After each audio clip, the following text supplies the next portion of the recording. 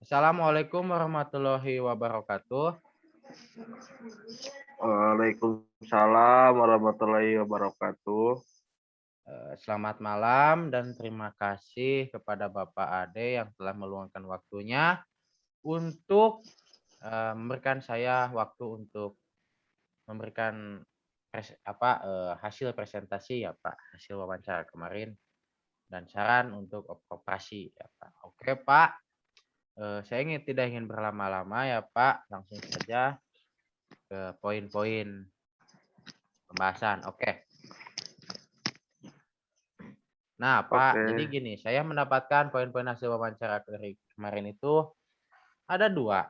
Yang pertama yaitu permasalahan koperasi ya, Pak. Jadi permasalahan koperasi itu ada dua, Pak. Yang pertama kredit macet dan yang kedua adalah kurang konsistennya para anggota dalam menabung ya, Pak. Nah, kemudian kebutuhan koperasi itu yang kedua adalah ada dua ya, Pak, yaitu kesadaran peminjam dalam membayar hutang, kemudian adalah kekonsistenan anggota ya, Pak. Oke, lanjut, Pak. Oke, ada rekomendasi untuk koperasi dari penulis ya, Pak.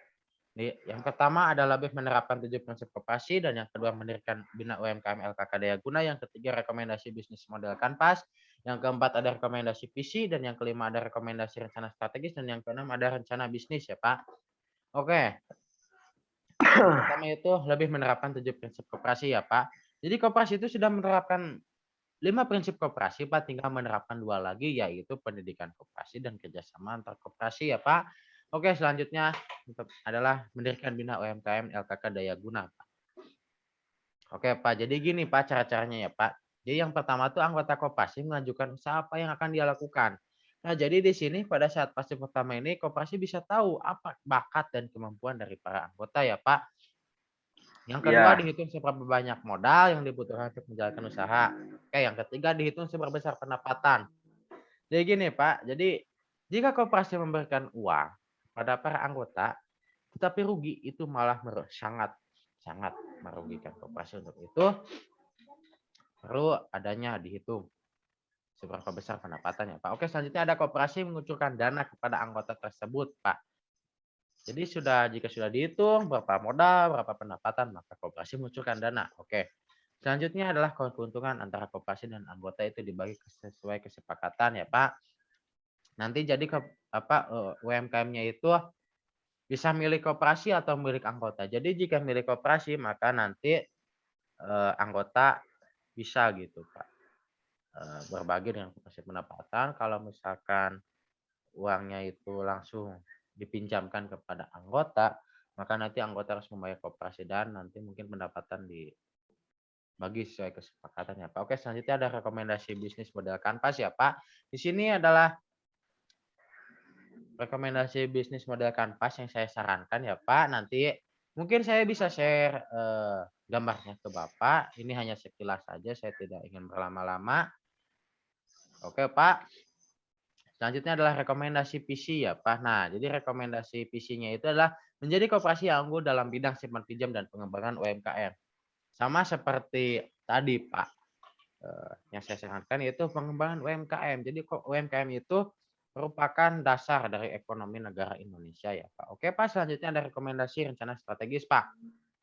Oke, yang pertama itu adalah menetapkan misi yang sesuai dengan visi, yaitu dengan yang pertama, lebih memaksimalkan pelayanan kepada pelanggan ya Pak. Kemudian lebih mempermudah dalam proses.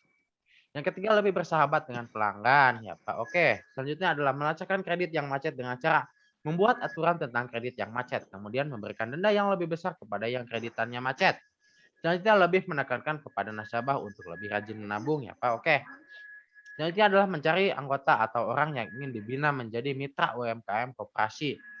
Selanjutnya adalah membina orang yang ingin menjadi mitra UMKM koperasi ya Pak. Kemudian ada membuatkan wadah yang sesuai dengan kemampuan para mitra UMKM koperasi. Oke.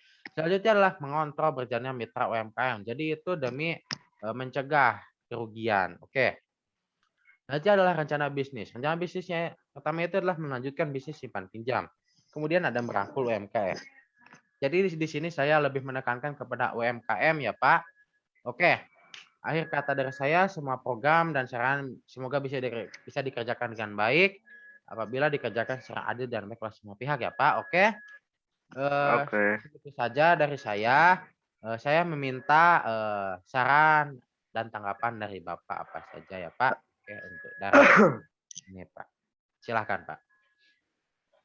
Tanggapan saya adalah kami siap melakukan apa yang Anda sarankan tadi, dan kami yakin kami bisa melakukannya. Terima kasih telah mempercayai kami menjadi narasumber. Oke, Pak, sama-sama. Iya, Pak, tidak ada lagi? Iya. Iya, Menurut Pak, saya mungkin. cukup. Oh, iya iya, siap siap.